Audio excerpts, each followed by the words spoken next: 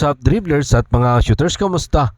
Kamusta po kayo? Xavier Losero, magkasunod na linggo ang kanya naging parangal. Ano nga bang kanyang nasabi?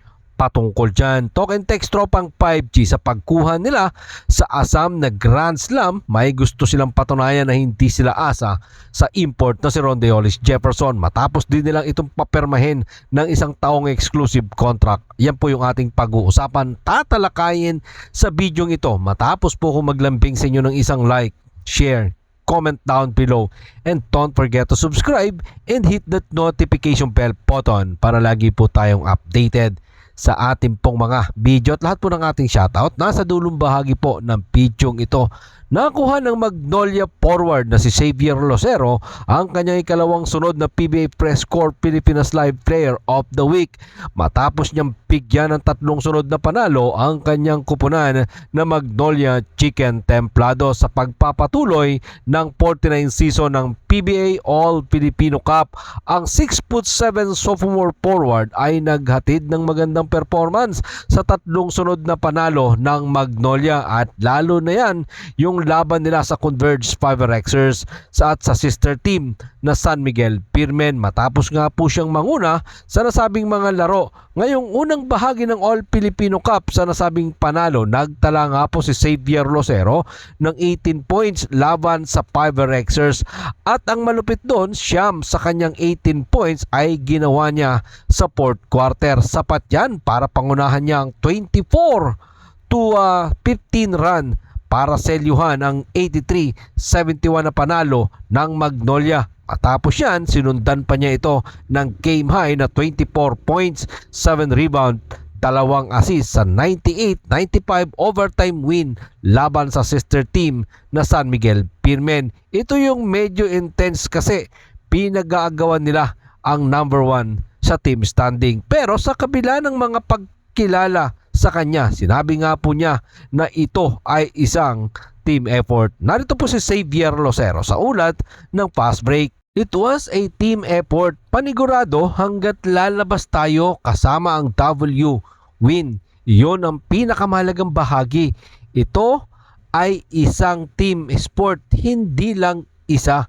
Sa nasabi nga pong parangal, tinalo ni Xavier Losero ang kanyang teammate na si Ian Sangalang, Cyrus Torres ng NLEX Road Warriors, Richie Rivero ng Phoenix Fuel Masters at ang 8 times PBA MVP na si Junmar Pajardo ng San Miguel Pirmen.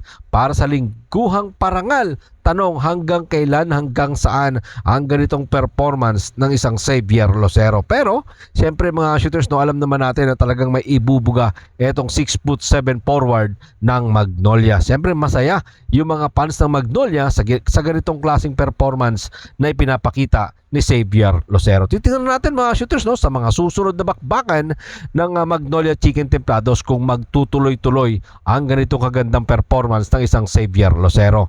Ito naman, pag-usapan natin ang bagong permang kontrata dito sa Talk and Text tropang 5G, ang kanilang resident import na si Rondae Hollis Jefferson at ang mga sentimento ng mga fans ng Talk and Text tropang 5G. May mga sentimento ang ilang fans ng Talk and Text tropang 5G matapos nilang mapanulunan ang dalawang sunod na kampyonato, ang Commissioner's Cup at ang Governor's Cup, na kasama ang kanilang import na si Rondae Hollis Jefferson. Dahil mga may nagsasabi na itong All Filipino Cup ay magiging mahirap para sa kanilang kampanya dahil wala nga daw po ang kanilang inaasahang import na si Rondae Hollis Jefferson. Kaya naman, nais nila itong patunayan. Lahat yan ay gusto nilang mapatunayan at gusto nilang magkampyong muli nang wala si Rondae Hollis Jefferson. Narito po si Coach si Jojo Lastimosa, ang kanilang team manager, sa ulat ni Roventerado ng Spin.ph. Ito ay palaging mapupunta sa mahirap at gusto kong sabihin ito ngayon. Mula noon, narito tayo. Sinasabi ng mga tao na ang dahilan kung bakit tayo nananalo ng mga kampyonato ay dahil kay Rondae. Oo, totoo yan. Pero ang lahat ng usapang ito ay dapat matigil dahil ito ay isang bagay na dapat nilang patunayan at kailangan nilang manalo nang wala si Rondae, at ito ang pagkakataon para maipakita nila yon. Yan nga po ang sinabi ng Talk and Text Tropang 5G Team Manager Jojo Lastimosa. Kaya naman, agad din nilang pinapirma ng isang taong exclusive contract. Ang dating NBA player ay lumagda nga po ng isang taong exclusive contract para masiguro ng telecommunication franchise na babalik ito para sa kanilang Commissioner's Cup at Governor's Cup title defense. Yan nga po ang mga sinabi ni Talk and Text Tropang 5G Team Manager Jojo Lastimosa. Narito pa po ang mga dagdag na pahayag ni Coach Jojo / Team Manager Lastimosa sa ulat ni Cher Ramos sa Spin.ph. Pinirmahan na ni Ronday ang kanyang kontrata para bumalik para sa Governor's Cup at Commissioner's Cup. Bahagi ng deal ay layuan niya ang pakikipaglaro sa ibang mga kupunan para makapagpahinga siya. Even for the month na he is supposed to play abroad, babayaran namin siya just to rest. Ganon yung deal namin. Sa 12 months, siyang sa amin lang talaga. Yan nga po ang mga tiniyak ni Talk and Text Tropang 5G Team Manager Jojo Lastimosa. Talagang hindi na nila papakawalan pa si Ronday Hollis Jefferson, parang si Justin Brownlee, si Allen Turham ng Meralco, mga shooters. No, itong si Justin Brownlee, alam naman natin, naging resident import ng Barangay Ginebra, San Miguel at susundan ng yapak. Neto nga pong si Ronday na ni Justin, eto pong si Ronday Hollis Jefferson. Tingnan natin mga shooters, no? Sa pagpapahinga nga ba ni Ronday Hollis Jefferson, mas malaking tulong para sa kanyang magiging kupunan o kanyang kupunan na Talk and Text Tropang 5G ang kanyang muling pagpabalik PBA.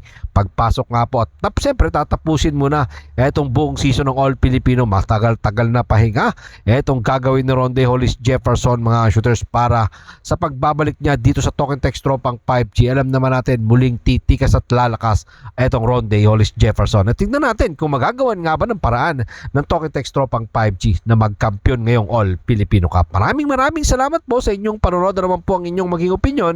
Diyan po natin yan pag-usapan sa comment section. Ingatin, God bless everyone. At Jorn, pero katulad po ng ating nakagawian, bago po natin tapusin ang ating video, shoutout po kina